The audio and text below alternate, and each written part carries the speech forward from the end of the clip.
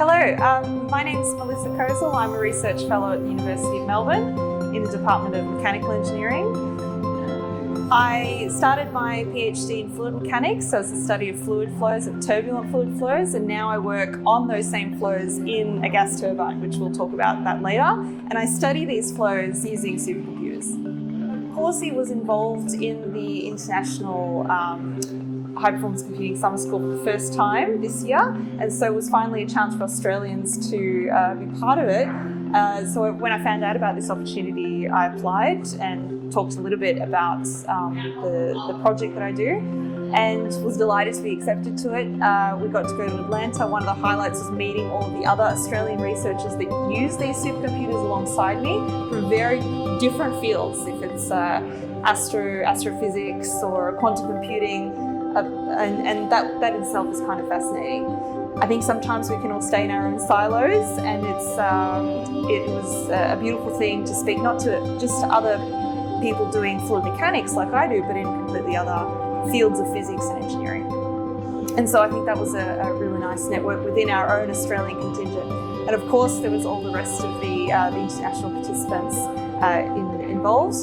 Now, aside from the technical content, which was very important, and again, can be in your silos in your PhD and working through a postdoc like I am, only learning about what's directly relevant for our work.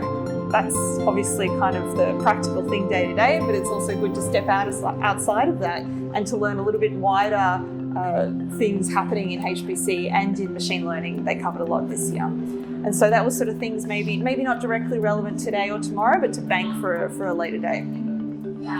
And finally, at the summer school, they put a huge emphasis, aside from the technical component, a huge emphasis on mentoring and the idea that humans are our greatest resource. And so we can look up a lot of these technical things online or maybe send emails to the contacts we made.